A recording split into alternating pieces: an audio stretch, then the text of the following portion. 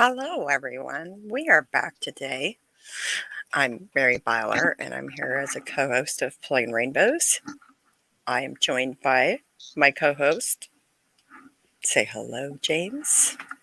What up, though? What up, Doe? That's all you got? That's all I got. We are joined by Jess, who has decided to come share with us some of her experiences as a lesbian Mennonite, Mm-hmm. correct? Yes. Why don't you say hello and introduce yourself, Jess? Hey, I am Jess. I used to be Mennonite, and I am gay. So, what type of Mennonite were you? So I was conservative Mennonite. Technically, we would have been Pilgrim from a very specific area in Maryland. And then later, my family joined Charity. Oh, so how did that work out for you? Whew, it was a lot. It was a big transition, but it was a lot as a young person, especially transitioning from like this set of roles to a totally new set of roles that still smelled the same but was kind of different. I mean, was there a space in either of those communities for you as a gay person? Absolutely not. We like anyone who is even slightly different, there wasn't space. We were invisible. Nobody even saw us. And if they did, they saw it more as like this person's kind of mentally ill or, not quite right. But there wasn't space for us to actually exist as people. Wow, that sounds kind of traumatic. So, how did it feel to grow up in an environment like that? Like, how would you cope? Honestly, it was a lot of feeling like something was wrong with me before I was even old enough to realize I was feeling that way. The very earliest memory that I have of realizing I was actually different than the other girls, I think I was about 10. And I remember all of the girls would get together on Sunday afternoons, and we would often hang out like in the garden or the greenhouse or whatever and talk about weddings, what they wanted their wedding to look like, boys, stuff like that. And I was just sitting there and I'm like, I never thought about it. I had literally never pictured myself marrying a man ever. And so it kind of hit me in that moment. I'm like, oh, wow, these girls have really put some detail into it. I remember my best friend, I was probably 13 or 14, but she had a whole binder of color schemes, flowers, who would be in her wedding, like the whole thing. And I was just sitting there like, something isn't quite right. You just didn't want none of that? I didn't. I really didn't. I had absolutely no desire for any of that. And I remember the girls kind of treating me like something was wrong. And like I was present with them, but I wasn't really a part of the friend group or the conversation at any point. So did you like to just for my own innate curiosity, like did you feel like you were there but you weren't really, you didn't belong? Like, did you have a sense of belonging with them, or did you feel like you didn't belong? Because you were talking about feeling like alone, maybe. Am I hearing that right? Yeah, I never really felt like I belonged. Like I would be with them physically, but I never really felt like I fit in or like I was a part of the girls. Yeah, I never really felt like I had a place of belonging. I was just the one that was different. Because is it because girls are taught and often like their whole like what they want in life is to grow up and like I don't know about Mennonites, so I'm asking because like I don't know, right? Yeah. And sometimes the more we know, the better we can have discussions about it. So were they taught like that they want to grow up and have children and get married and it is God's will for them to submit to their husband? Like, was that an ideology or theology that was present? 100%. Like from as early as I can remember, all of my value as a woman was based on how many children I would have, the home that I would build, the man that I would marry, and how well we would do for ourselves as a family. I remember very, very vividly, I had a friend who got married and she couldn't have children. And it was such a struggle because her value, like she was at a lower level than everyone else, because her value was really based on the man that she married. And she married somebody that was like higher up in the church, and how many kids that she was capable of having. That's really sad. But I mean, like, imagine, like, think about this, like, as today, are there children now that may be experiencing that in these communities? Because what you're describing to me is a place where you are told that this is what you want, and then when you don't want that or you can't want that, there's nowhere for you to go. Did you have role models? No, not that were different than the typical. Like all of the people that were in my life, all of the older women, they all got married, they all had children, they all, did their gardening and their farming, and they took care of the house and things like that.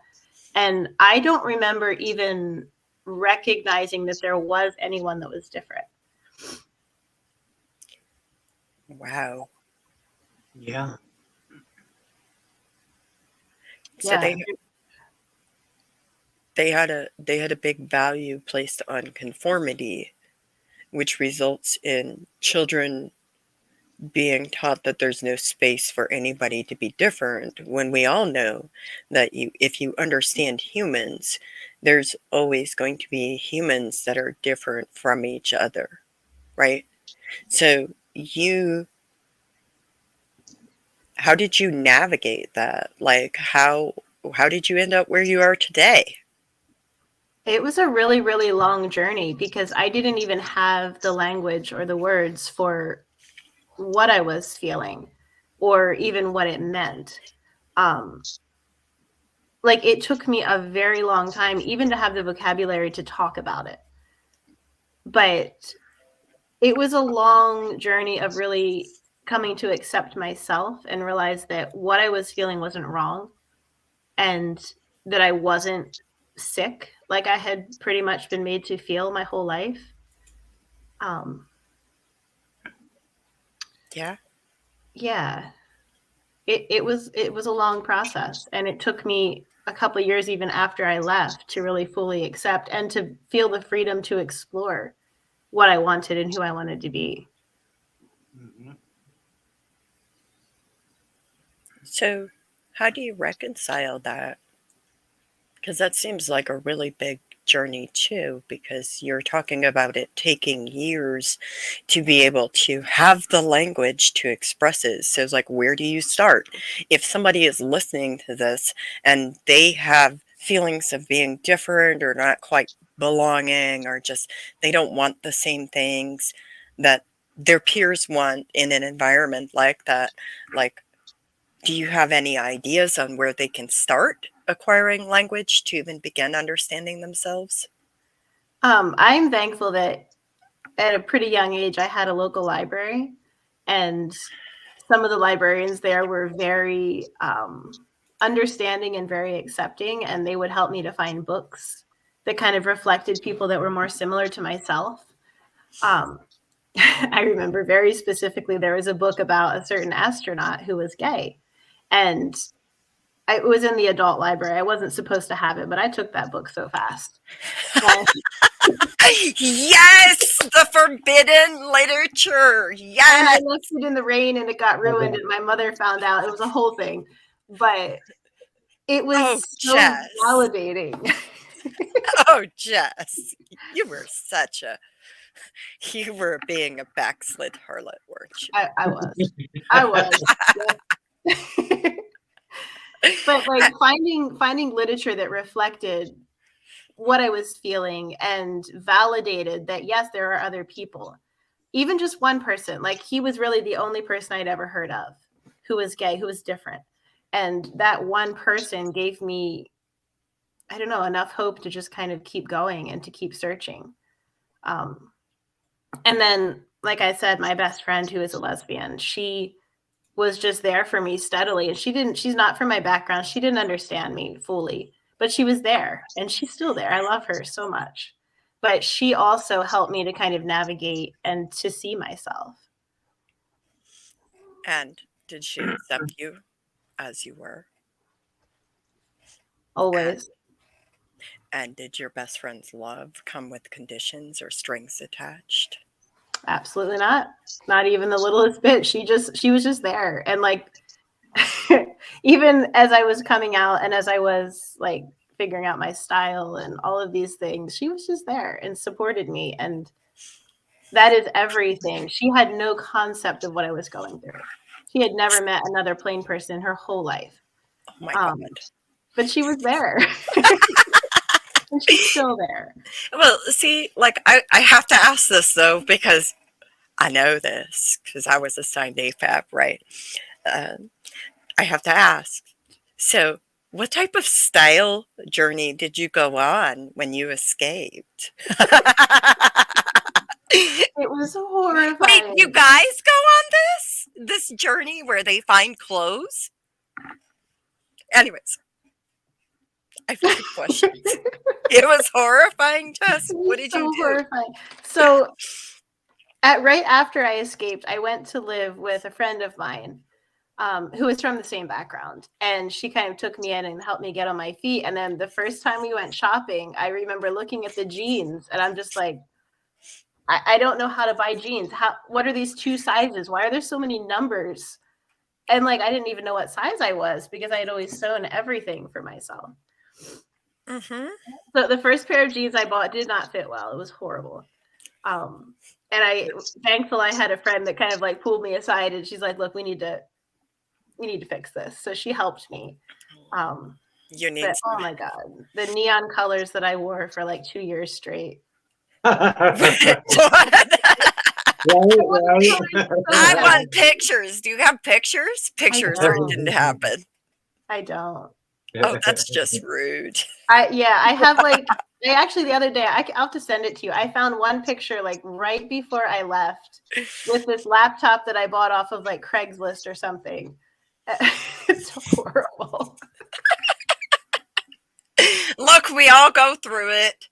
I have pictures of me, like, so, and anyways, like, I want to ask James, like, did you go through that? Did you go through the clothing exploration? The clothing, yeah. I remember, like, during my clubbing days, like, you know, like the drag shows, right? And I would be all, like, glittered up, and I'd have to, like, change clothes, drag in a bag, and hide it when you get home, and, like... Yeah.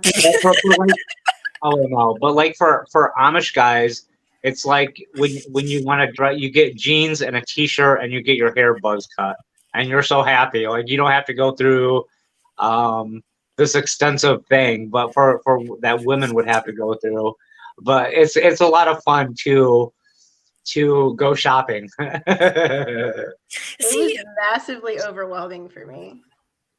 Massively. That's true.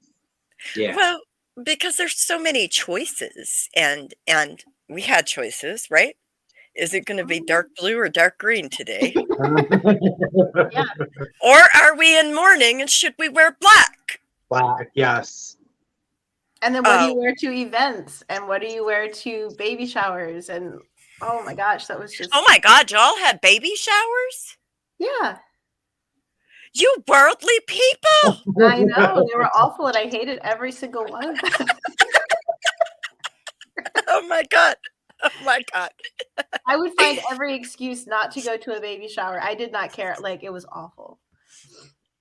I'm trying to envision now this plain Mennonite baby shower, and I just, you know what? It's not computing. Mind blowing.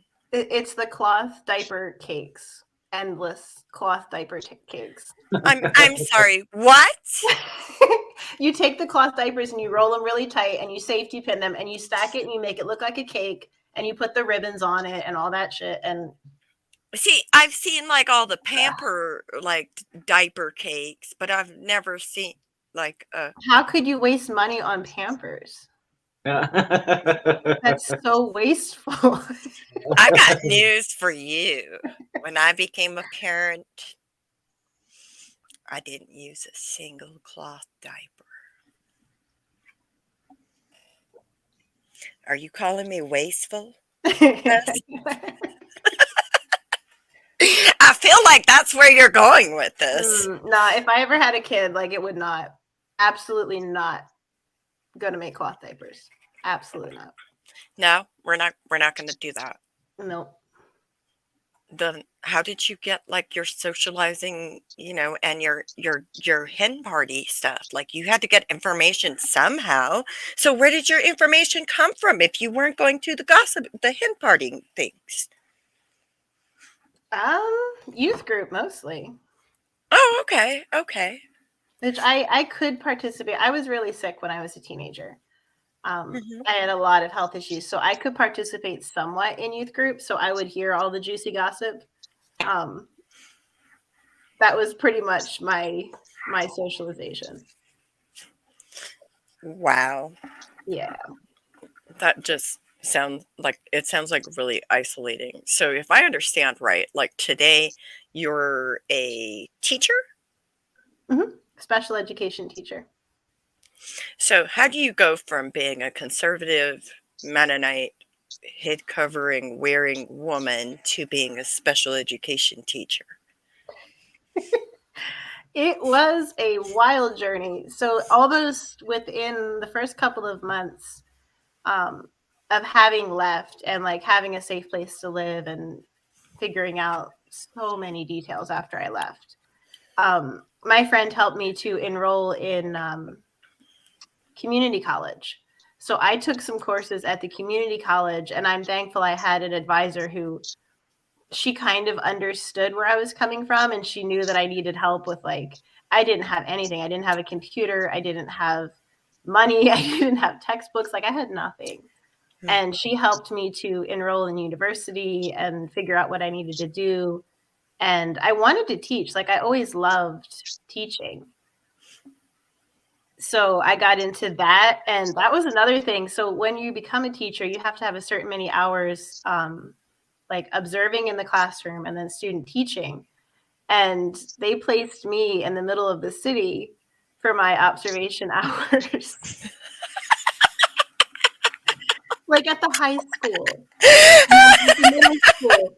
And I'm just sitting there, like still figuring out my style, still looking, pretty raggedy, if I'm going to be honest. And I'm sitting there like, I'm hearing about drugs and guns and cursing and swearing and just so many things. And it just blew my mind. And I'm just sitting there like, I'm supposed to be taking notes, but I am so shocked right now. That's how I became a teacher. And I did end up actually getting a job in the city because I did have a couple hours out in very conservative Akron outside of Ephrata. And I was like, this is not for me. This is not what I want to do. So I've been working in a urban school since, and I love it most days. Well, that's a really powerful story of like how sometimes you can change your life around into ways that serve you, because it sounds like this actually serves you. And that's really powerful. Like, I'm so proud of you. Are you proud of you? I am. I never, like 10 years ago, if you would have told me that I would not only have a bachelor's degree and certifications and working on my master's, I wouldn't have believed you. No way. No way. Like, it's been an absolutely wild journey, and I'm so thankful, grateful. Like, I did this. Yeah, you did. And I wouldn't have thought it was possible. Yeah. You got any questions, James? Well, I was just thinking, of the people that don't get to do what we all did, which is leave and make a better life for ourselves on the other side. And it's not always easy, and it's definitely messy, but it's totally worth it. But we all had to start somewhere and take that first step. And right now, there's people that want to take that first step, but maybe they just want to hear about other people going first. And so that's where we come in. I'm here for this. Mm-hmm. Yeah. And we should all feel accomplished and proud, because it's not an easy thing to get away from that mindset. Sometimes we have to leave our family and people that we grew up with, and it's very hard. But yeah, you kind of have to start somewhere, and some people can't really do that. So Yeah. it takes courage. It does. And work. And work. A lot of courage. And learning that sometimes just because you fail at something one time doesn't mean you're a failure. Am I right or am I right? Mm-hmm. If you knew the number of times I have had to relearn certain subjects because I just didn't have it growing up. Well, see, like it affects us, like in how, like I had tutoring to get my GED, right? Yeah. But like in other subjects, like I completely tested out. Why? Because again, the library comes into play. But like that's like a thing is like all of us learn differently. Like how do we learn? How do we acquire information? How do we process that information? That affects how we're able to learn. Mhm. So we have to figure out how we are able to access and retain information that matters to us. And for somebody to be able to go on and like get their work on their master's degree, like you've obviously figured out something that works for you on some level. Yeah, and I've had a lot of help along the way that, they weren't a crutch to me, but they supported me and they helped point me in the right direction. And that was absolutely important.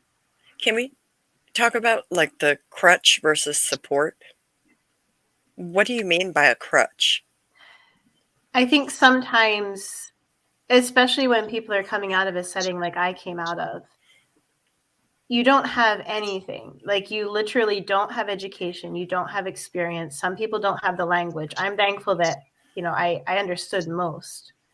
But still, there was so much missing. And when you come out, people can see you and feel like you're vulnerable and kind of almost take over for you and tell you what to do along the way. And that's harmful because then, if that person goes away or if that person isn't there anymore, you're just lost. And you really were depending on that. And I think that can be really harmful.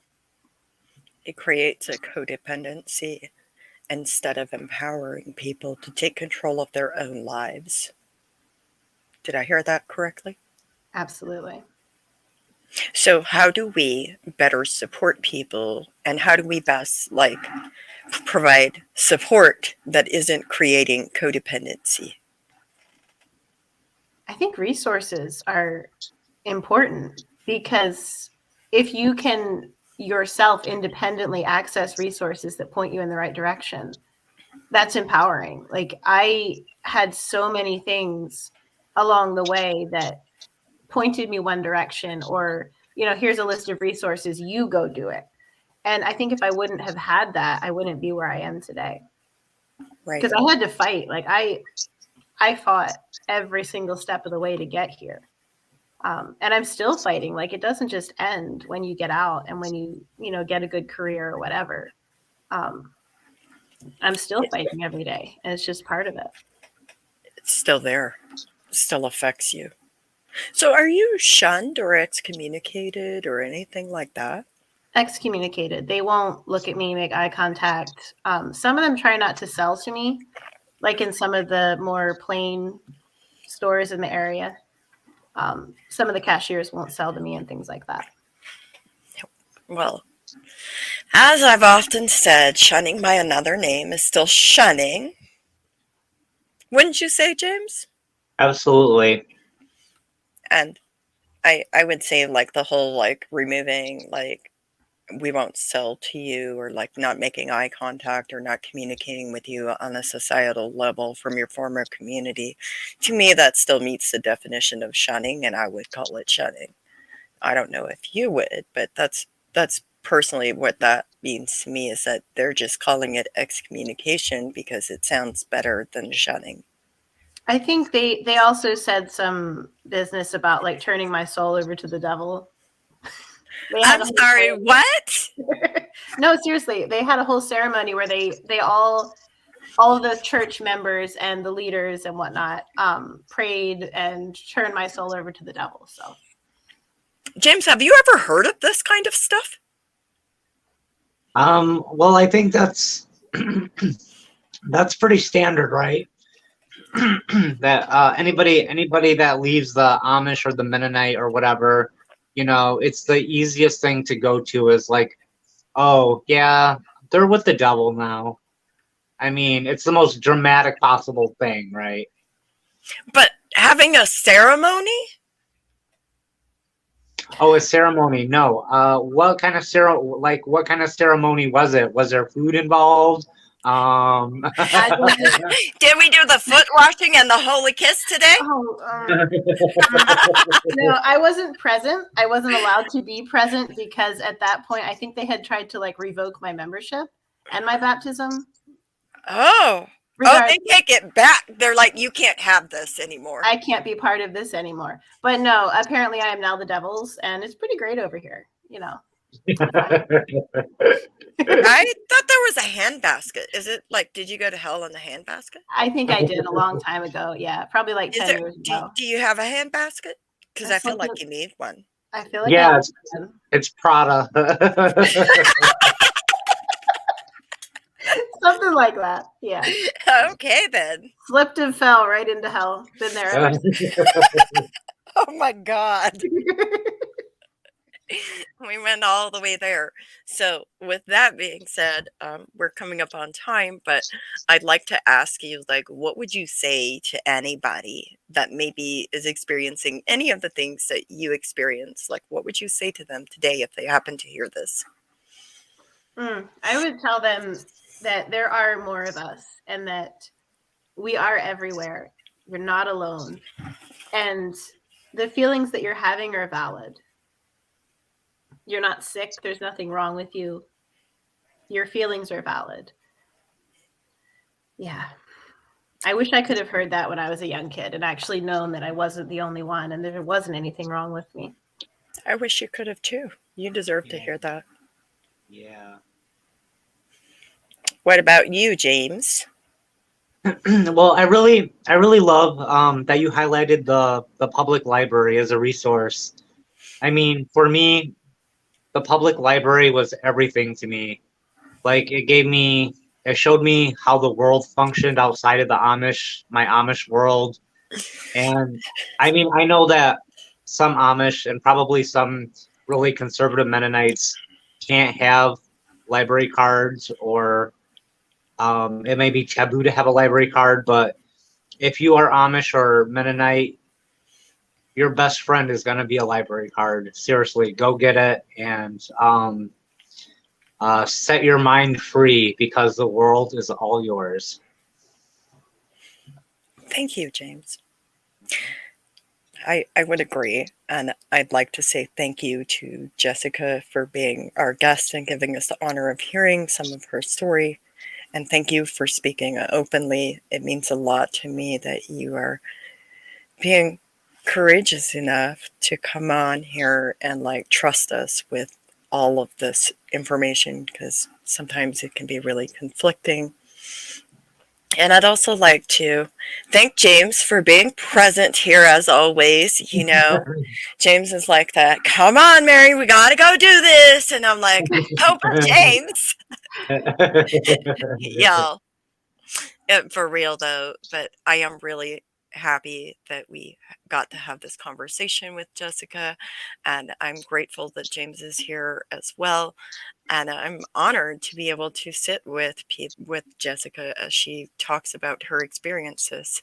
And if you're listening to this today, I'd like for you to know that you are just as valid as any other human being out there. You are worthy of love, empathy, compassion, and support in life.